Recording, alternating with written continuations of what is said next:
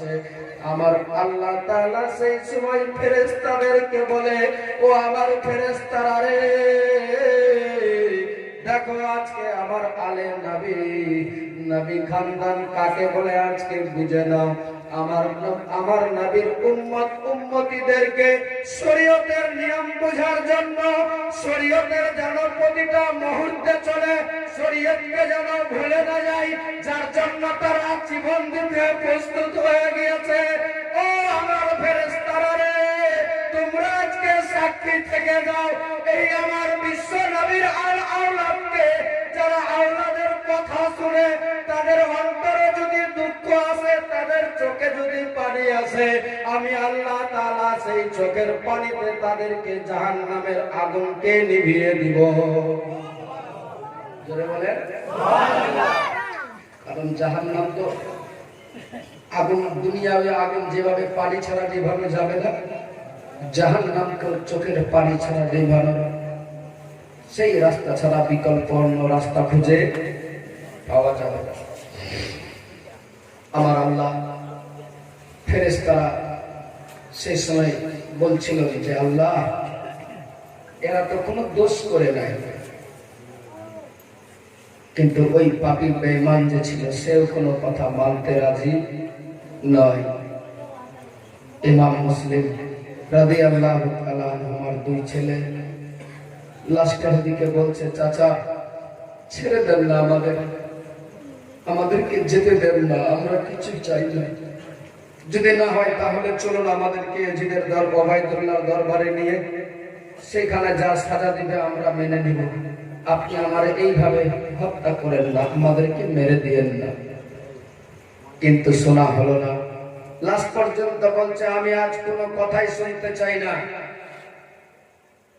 তোমরা যখন কেউ কাউকে দেখতে পারবে না, সহ্য করতে পারবে না, তাহলে দুইজনাই মাথাকে নত করে দাও, আমি এখনই দুইজনাকে দুনিয়া থেকে করে দেব রওনা।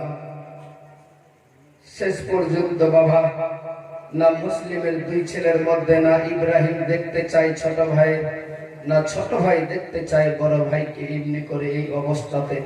লাস্টে শেষ পর্যন্ত শেষ মুহূর্তে দুই ছেলে দেখছে যে এই পাপী বেঈমান, এর অন্তরটা কালি কয়লা পাথর হয়ে গিয়েছে, শক্ত হয়ে গিয়েছে, এর অন্তরে যতই আমরা যা বলি না কেন আজকে কোনো কথা শুনবে না, মানবে না। লাস্টের দিকে দুই ভাই মিলে বলছে, ভাই আর দেরি করে লাভ হবে না, মনে হচ্ছে দেখা যায় ওই দেখো আমার মায়ার নবী, দয়ার নবী, বিশ্ব নবী, সরকারে কাওনা মাকা জনাবে মুহাম্মদুর রাসূলুল্লাহ আমাদের জন্য হাউজে কাউসারের পানি নিয়ে অপেক্ষা করে। ভাই আর দেরি করা যাবে না, তাই শেষটাই ঝুঁকে যাও, আমরা এক্ষুনি বিশ্ব নবীর হাত দ্বারা হাউজে কাউসারের পানি পান করব। দুই ভাই সিজদায় মাথা নত করে দিলেন।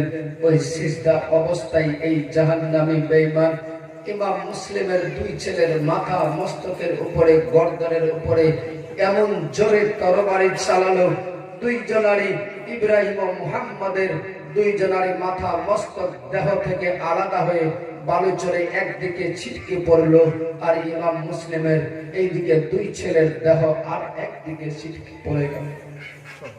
সকলে পড়ুন, ইন্না লিল্লাহি ওয়া ইন্না ইলাইহি রাজিউন। শুধু তাই নয়, রক্ত ফিনকে মেরে বয়ে যাচ্ছে। ওই বেঈমান হারিস আমার ইমাম মুসলিমের দুই ছেলের বডিটাকে সঙ্গে সঙ্গে ধরে ফোরাত নদীতে পানির মধ্যে চালিয়ে ফেলে দিয়েছিল। ফেলার সাথে সাথে এক ইব্রাহিমকে দূরে চালিয়েছে, মুহাম্মদকেও দূরে চালিয়েছে, কিন্তু খোদার হুকুমে তাদের অন্তরে এমন প্রেম ভালোবাসা রয়ে আছে, যেই ভালোবাসা মহান আল্লাহ তাআলা সেই মুহূর্ত দেখিয়ে দিচ্ছে যে দুইজনের ভালোবাসা এমন হয়ে আছে এক অপরের প্রতি। খোদার হুকুমে একটা পানির এমন জোরে ঢেউ আসলো, দুই ভাই এক জায়গায় হয়ে গেল। বড় ভাইয়ের হাত ছোট ভাইয়ের সিনার উপরে, ছোট ভাইয়ের হাত বড় ভাইয়ের সিনার উপরে। বলুন সুবহানাল্লাহ জোরে। এই বেঈমান দেখে সহ্য না করতে পেরে বলছে, আরে তোরা এখনো দুই ভাইয়ের মধ্যে এত একতা? সঙ্গে সঙ্গে পানিতে নেমে জাহান্নামী আবার দুইজনকে দূরে সরিয়ে দিচ্ছে। দূরে সরিয়ে দেওয়ার সাথে সাথে আমার খোদার হুকুমে এমন জোরে ঢেউ আসলো, খোদার হুকুমের সাথে সাথে আমার বিশ্ব নবীর আওলাদের দুইজনার এক অপরের সিনার প্রতি আবার হাত এসে পৌঁছে গেল। বাবা ভাই, এটা দেখিয়ে দিয়েছেন পৃথিবীর মানুষকে যে মুহাব্বত কাকে বলে, এক অপরের প্রতি প্রেম ভালোবাসা কিভাবে করা দরকার লাগে। আজকে আমাদের মুসলমানদের এক অপরের প্রতি ঐক্যবদ্ধ নাই, আমাদের একতা নাই, আমরা এক প্ল্যাটফর্মে চলতে চাই না। আপনাদের সামনে বললেন, হুজুর পীর সাহেব কিবলা শোনালেন যে আজ আমরা একতা না হওয়ার কারণে আজ আমরা এই মুসিবতের মধ্যে ফেসে আছি। বাস্তব তো এটাই। যদি সত্যিকারই মুসলমান যদি চাই একত্রিত হয়ে, আমরা চাই না কোন সময় কোনটা মুহূর্তে বলতে যে সুপ্রিম কোর্টের যে পাওয়ার, যে আইন বহাল হয়েছে সেই আইনের আমরা ভঙ্গ করতে চাই না, আইনকে আমরা সেলেক্ট জানাই। কিন্তু যেই জায়গাতে, যেই খোদার ঘরে 500 বছর ধরে ইবাদত করা হলো, সেই জায়গাতে কখনো কোনদিন মন্দির হতে পারে না। মুসলমান যদি চাই মুহূর্তে আবার যদি ময়দানে নেমে যায়, রক্তের বন্যা বয়ে যাবে, কিন্তু কোনদিন মসজিদকে মন্দির করা যাবে না, যাবে না। জোরে বলে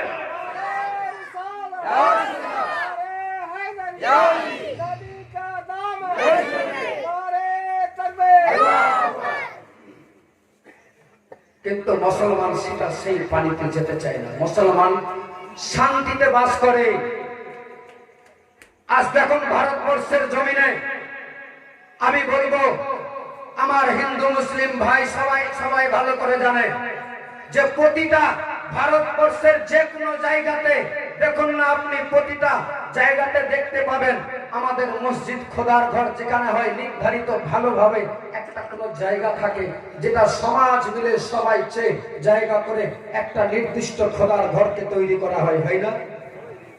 আচ্ছা বলুন, মন্দির কত জায়গায় না আছে যেখানে সেখানে তৈরি হয়েছে। কোন মুসলমান কোনদিন বাধা দিয়েছে? লাকুম দীনুকুম ওয়ালিয়াদ্দিন। কোন ধর্মের ব্যাপারে কাউকে কোনো আঘাত দেওয়া যাবে না। এরই নাম ভারত। ভারতের বুকে পৃথিবীর যে কোনো ধর্মের লোক থাকবে, এটাই তো আমাদের ভারতবর্ষের একটা ঐতিহ্য।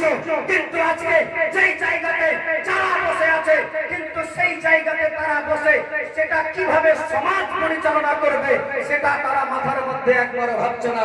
আমি বলতে চাই সেই সরকারকে, তার কাছে আমার একটাই আবেদন নিবেদন, তার জন্য যথেষ্ট ভাবা দরকার আছে।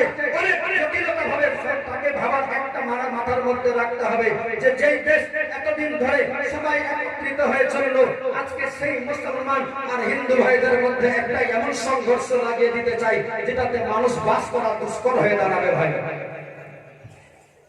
কারণ আজকে এই মিল্কির সরজমিনে আমার হিন্দু ভাইরা আছে না?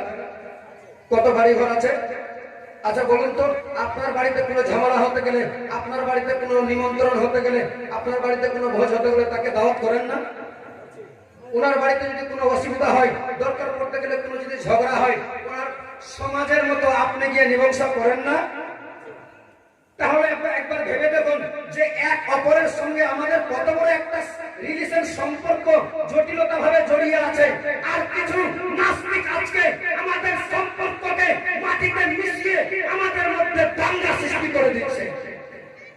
আজ আমি সবার কাছে, সব ভাইদের কাছে একটা আবেদন নিবেদন রাখবো, ভাই আমাদেরকে বোঝা দরকার আছে। আমরা চাই না আমরা সকলে ভারতের বুকে সবাই একসঙ্গে শান্তিতে বাস করতে চাই। সব ধরনের লোক থাকবে ভারতের বুকে। এটাই তো বলে ভারত, এটাই তো বলে হিন্দুস্তান। আজকে আমাদেরকে সেই জায়গাতে বঞ্চিত করে দিচ্ছে। আল্লাহ তাআলা যেন তাদেরকে যেন বুঝার, ভালোভাবে এই ভারতের নিয়ম নীতিকে, সিস্টেমকে যেন সঠিকভাবে পরিচালিত করার জন্য তৌফিক দান করে বলো আমিন। জোরে বলো।